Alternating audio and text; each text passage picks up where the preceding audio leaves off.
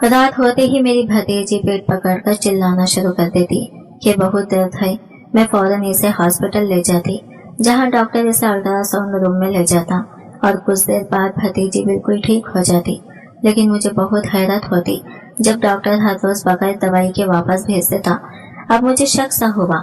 एक दिन भतीजी का बुर्का पहनकर जो ही अल्ट्रासाउंड रूम में गई तो मेरे माँ बाप बचपन में ही वफात पा गए थे और मेरा इकलौता भाई और भाभी थे और मेरी एक 17 साल भतीजी थी। मेरी अपनी कोई औलाद नहीं थी। जब मेरी भतीजी 17 साल की थी तो मेरे भाई भाभी एक हादसे का शिकार में वफात पा गए। मैंने अपनी भतीजी को बहुत लाड़ प्यार से रखा और इसकी हर ख्वाहिश पूरी की। वो मेरे घर मेरे साथ ही रहती थी। एक दिन मेरी भतीजी ने इंटरमीडिएट के इम्तिहानात पास किए तो ये की जिद लगाई कि शहर जाकर डॉक्टरी की पढ़ाई करनी है। मैं इसकी बात सुनकर परेशान हो जाती कि आजकल जमाना भी बहुत खराब है और घर से बाहर तो कभी नहीं निकली सिवाय स्कूल और कॉलेज जाने के, तो इतने बड़े शहर में अकेली कैसे रहेगी।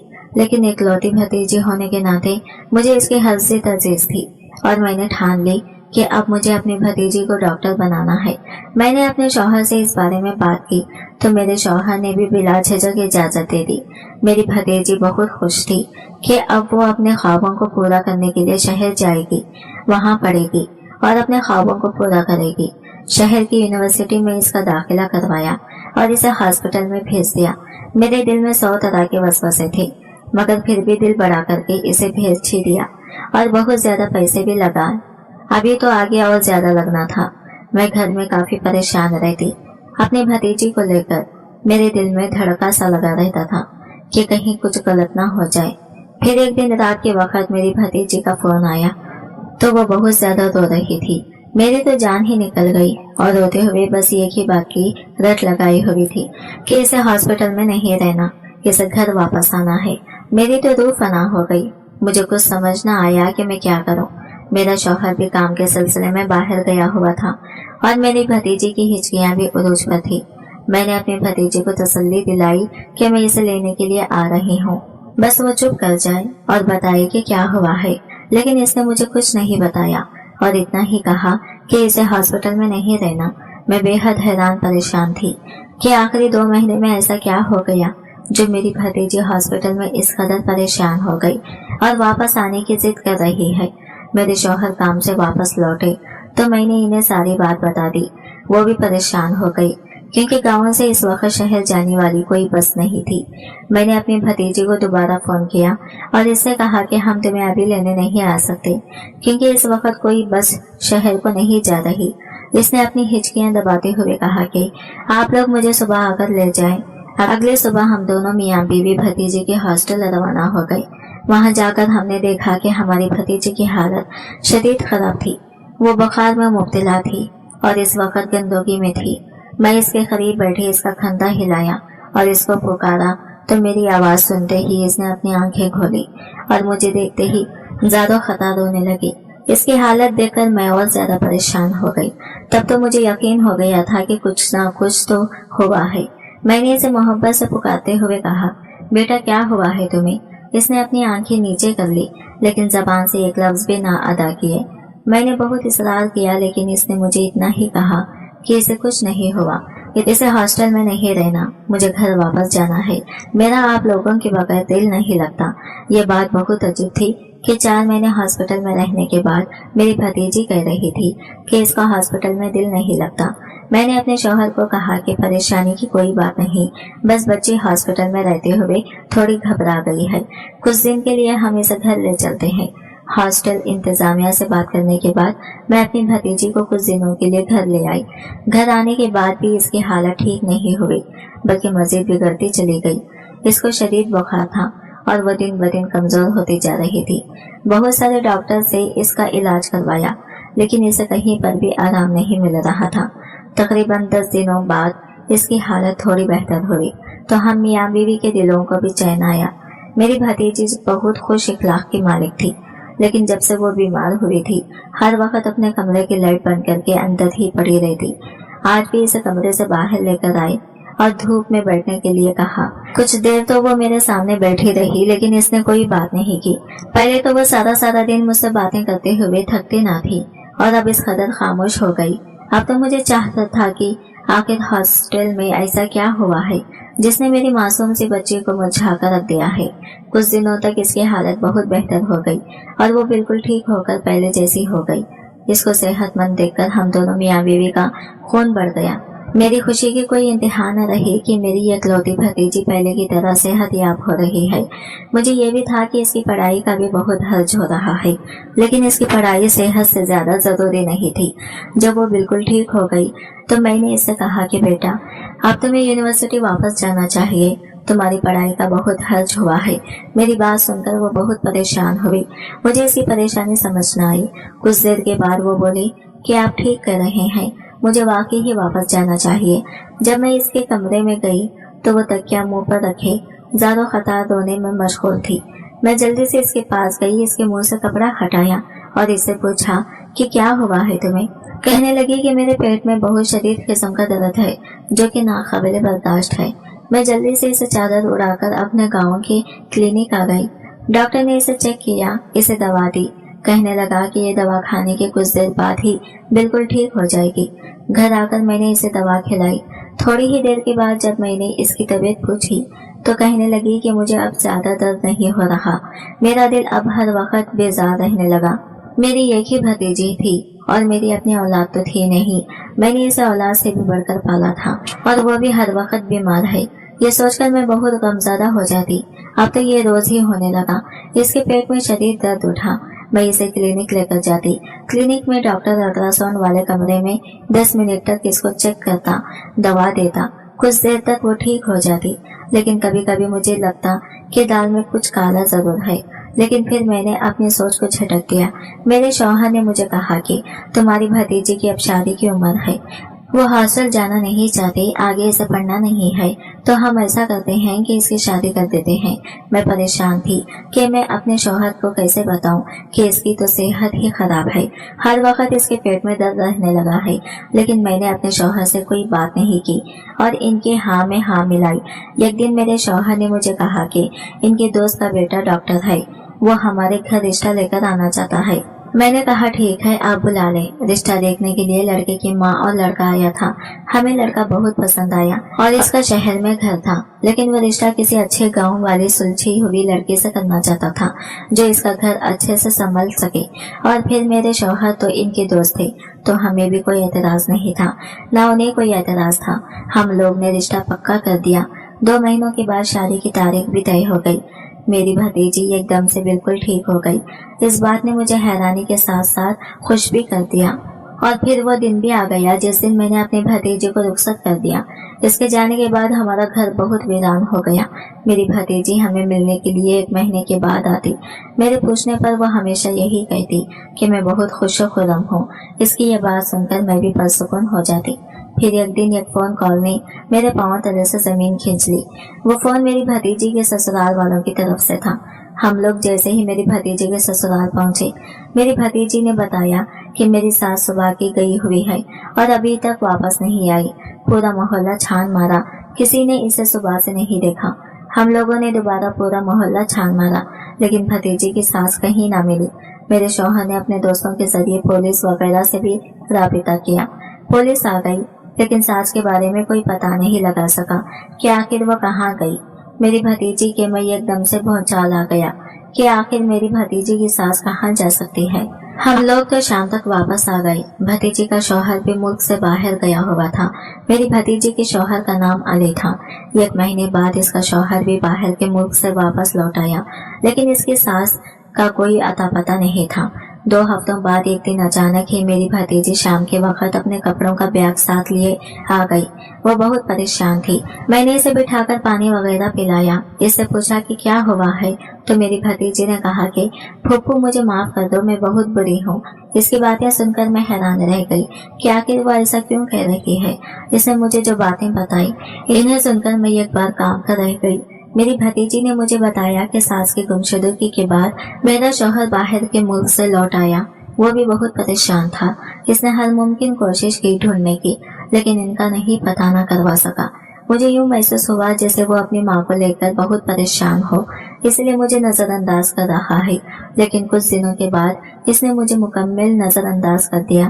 میں نے اس سے بات کرنے کی کوشش کی اور اس سے کہا کہ جب سے آپ آئے ہیں آپ نے میرے ساتھ کوئی بات چیت نہیں کی۔ میرا شوہر کہنے لگا کہ میں اپنی سرگرمیوں میں مشغول ہوں، مجھے کسی کی پرواہ کرنے کی کوئی ضرورت نہیں۔ اپنے شوہر کا یہ جواب سن کر مجھے یقین ہی نہیں آ رہا تھا کہ یہی میرا شوہر ہے جو مجھ سے اتنے میٹھے لہجے میں بات کرتا تھا، اب اس قدر تلخ بیانی کر رہا ہے۔ میں نے اس سے پوچھنے کی بہت کوشش کی کہ مجھ سے کوئی غلطی ہوئی ہے تو مجھے بتاؤ، لیکن وہ کچھ نہ بولا۔ کچھ دن کے بعد مجھے یوں محسوس ہوا جیسے گھر میں کسی چیز کی تیاری چل رہی ہو۔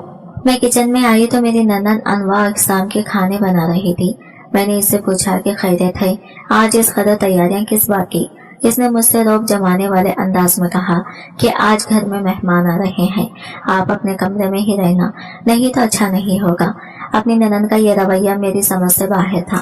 میں نے اسے پوچھنا چاہا کہ میں اپنے کمرے میں کیوں رہوں، لیکن اس وقت میرا بحث کرنے کا بالکل بھی نہیں کر رہا تھا، اس لیے میں خاموشی سے اپنے کمرے میں چلی گئی۔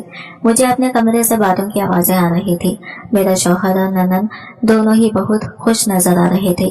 میری طبیعت بہت خراب تھی، لیکن میں نے کسی کو نہیں بتایا۔ پچھلے کئی دنوں سے مجھے شدید چکر آ رہے تھے، آج بھی مجھے شدید چکر آنے لگے تھے، ساتھ ہی الٹیاں شروع ہو گئی تھی۔ میں بے حد گھبرا گئی۔ اس وقت میری نند میرے کمرے میں میرے شوہر کو لے کر داخل ہوئی۔ اس کے منہ سے جو باتیں نکل رہی تھی ان کو سن کر مجھے ایسا لگا جیسے ابھی زمین پھٹ جائے اور میں اس میں سما جاؤں۔ اپنے ذات پر لگائے گئے اتنے گھٹیا الزامات سن کر کس کا گناہ پال رہی ہے جو اس کی یہ حالت ہے؟ میں تو چکراتے سر کے ساتھ بیڈ پر ڈھک گئی۔ میرا شوہر مجھے باہر مجھے تھپڑ مارتے ہوئے بولا، بتاؤ سارا، تمہارے اندر کس کا گناہ پڑ رہا ہے؟ میں دل میں سوچنے لگی کہ ایک ڈاکٹر ہو کر یہ ایسا کیسے کر سکتا ہے۔ میں نے پختہ ارادہ کر لیا کہ میں ان کو کبھی بھی نہیں بتاؤں گی کہ میری یہ حالت کس وجہ سے ہے۔ میں تو پہلے ہی چکرا رہی تھی، تھپڑوں کی وجہ سے بے ہوش ہو گئی۔ مجھے جب ہوش آیا تو میں نے دیکھا کمرے میں کوئی نہیں تھا، باہر سے مہمانوں کی بولنے کی آوازیں آ رہی تھی۔ میں اٹھ کر دروازے تک آئی تو باہر سے آوازیں آئی کہ ہم یہ رشتہ پکا سمجھے۔ مجھے سمجھ نہ آئی کہ مجھ پر اتنے گھٹیا الزامات لگا کر کس کا رشتہ پکا کیا جا رہا ہے۔ رات کے وقت جب شوہر میرے کمرے میں آیا تو کہا کہ میں اپنے گھر جا سکتی ہوں، وہ شادی کر رہا ہے۔ میں نے اپنے شوہر کو کہا کہ اب اس گھر میں میرا جنازہ ہی نکلے گا۔ یہ سن کر وہ آگ بگولا ہو گیا اور کہنے لگا، جب گناہ کر رہی تھی تب کچھ یاد نہیں آیا۔ میں ایک بار پھر خاموش ہو گئی۔ اگلے دن مجھے پتا لگا کہ لڑکی والوں کو کسی نہ کسی طرح پتا لگ گیا کہ میرے شوہر نے شادی بھی کرنے سے انکار کر دیا۔ میرے شوہر نے مجھ سے الگ کمرے میں رہنا شروع کر دیا۔ میں پتا لگانا چاہتی تھی کہ آخر میرے شوہر اور نند نے میرے ساتھ ایسا کیوں کیا۔ یہ جاننے کے لیے میں نے سوچا کسی کے کمرے میں جا کر دیکھتی ہوں۔ رات کو میں اس کے کمرے میں گئی سونے کے لیے کہ اس نے میرے ساتھ ایسا کیوں کیا۔ مجھے دیکھ کر وہ ایک پل کے لیے پریشان ہو گئی۔ میں نے اسے کہا کہ مجھے اپنے کمرے میں ڈر لگ رہا ہے، اس لیے تمہارے کمرے میں سونے لگی ہوں، اور جا کر آرام سے بیڈ پر لیٹ گئی۔ 5 منٹ کے بعد میں نے ہلکی سی آنکھ کھول کر دیکھا تو وہ کمرے کے درمیان میں ایک ٹارچ بچھا کر اس کے اوپر بیٹھی کچھ پڑھ رہی تھی، اور ایسا محسوس ہو رہا تھا جیسے اس کا ذہنی توازن بگڑ گیا ہو۔ تھوڑی دیر کے بعد وہ میرے قریب آئی۔ میرے دل میں خوف کی شدید لہر اٹھی۔ مجھے لگا جیسے وہ ابھی مجھے کچھ کر دے گی، لیکن وہ چپ چاپ آ کر میرے قریب بیٹھ گئی۔ اس کی باتیں سن کر میرے سر پر 7 آسمان آ گرے اور قدموں تلے سے زمین نکل گئی۔ وہ مجھے کہنے لگی، خوش قسمت ہو، میں نے ہر ممکن کوشش کی تمہیں گھر سے نکالنے کی، لیکن تم نکلی ہی نہیں۔ میں نے تمہارا گھر خراب کرنے کی کوشش کی، تم مکمل طور پر تنہا ہو گئی ہو۔ اگر خوش میں نہیں ہوں تو رہنے تمہیں بھی نہیں دوں گی۔ میں نے اپنا سب کچھ کر لیا ہے، لیکن تم پھر بھی نہیں نکلے اس گھر سے۔ تمہارے موبائل فون سے میں نے تمہارے شوہر کو نقلی میسجز بھیجے، جس سے اس کو پختہ یقین ہو گیا کہ تم اور مردوں کے ساتھ باتیں کرتی ہو، تمہارے غیر مردوں کے ساتھ تعلقات ہیں۔ پھر میں نے اپنے بھائی کی دوسری شادی کروانے کا سوچا، اس کا رشتہ بھی طے کر لیا۔ اب تمہارا سر درد اور الٹی آنا، ان سب نے میرا کام اور بھی آسان کر دیا۔ مجھے رات کو پتا چلا کہ تمہیں کینسر ہے، تم بہت جلد مرنے والی ہو، تو اب مجھے تمہیں مارنے کا کوئی ارادہ نہیں ہے۔ اور جب مجھے اس بات کا پتا چلا، میری ماں کو تو وہ روکنا چاہتی تھی۔ میری ماں چاہتی تھی کہ میرے بیٹے کا گھر نہ خراب ہو، پھر میں نے بھی راستے سے ہٹا دیا۔ मैंने अपनी सगी माँ को ही मार दिया और इस बात का पता आज तक किसी को नहीं लगा। तुमने बहुत गलत किया भाभी, इस घर में आकर मेरे भाई के साथ शादी करके। मैं अपने दोस्त के साथ इसकी शादी करवाना चाहती थी, मगर मेरे भाई ने कहा कि वो अपनी पसंद की शादी करेगा और वो तुम्हें पसंद करता था। कुछ साल पहले तुम और मैं एक ही स्कूल में पढ़ते थे। तुम हमेशा फर्स्ट आती और मैं पीछे रह जाती। मैंने तभी सोच लिया कि मैं तुम्हें तबाह और बर्बाद कर दूंगी, मगर फिर तुम लोग कहाँ चले गए। इसके बाद जब तुम भी आकर इस घर में आई, तुम्हें देखते ही मैंने कहा कि अब तुम नहीं बचोगी, और देखो मैंने तुम्हें तबाह कर दिया। अपनी ननद की इतनी भयानक बातें सुनकर मैं दंग रह गई, पर खामोश रही। मुझे मुकम्मल यकीन हो गया कि मेरी ननद एक साइको पेशेंट है।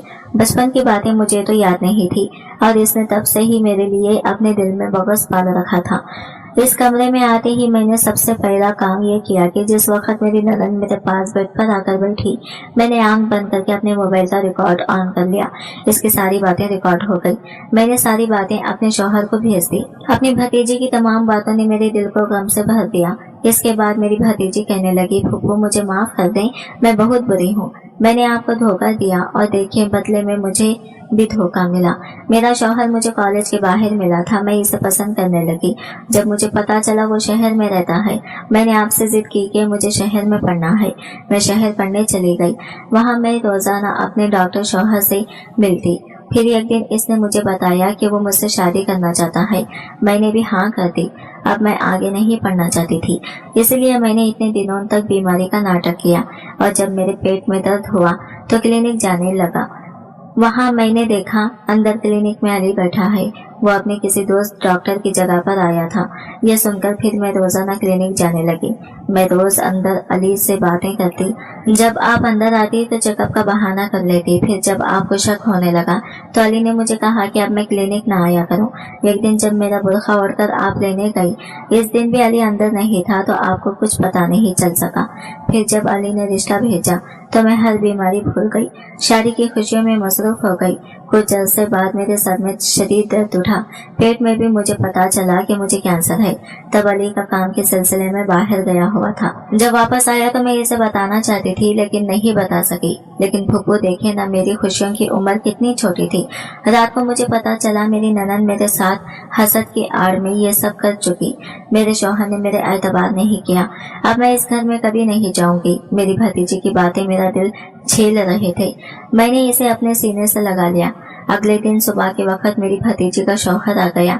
इसने भी मुझसे माफी मांगी। मेरी भतीजी को दुख देने के लिए वो बेहद शर्मिंदा था। मेरी भतीजी को वापस ले गया। मेरी भतीजी के शौहर ने इसका बहुत इलाज करवाया। इसने अपनी बहन को गुनाहों की सजा दिलाने का फैसला किया। फिर मेरी भतीजी की ननद को पुलिस पकड़कर ले गई। जेल में इसका बहुत भयानक अंजाम हुआ। दिमागी तौर पर और अब जिस्मानी तौर पर भी मफलूज होकर रह गई। मेरी भतीजी अब खुश और खुर्रम जिंदगी गुजार रही है। हमें अपने बड़ों को धोखा नहीं देना चाहिए, ना ही किसी से हसद करना चाहिए, वरना ये चीजें इंसान की जिंदगी तबाह व बर्बाद करके रख देती है। आज की वीडियो कहानी आपको कैसे लगी कमेंट करके जरूर बताइएगा और वीडियो अच्छी लगी है तो लाइक शेयर जरूर कीजिएगा। हमारे चैनल को सब्सक्राइब करें फ्रेंड्स। मिलते हैं अगले वीडियो के साथ, तब तक के लिए बाय बाय, टेक केयर, अल्लाह हाफिज।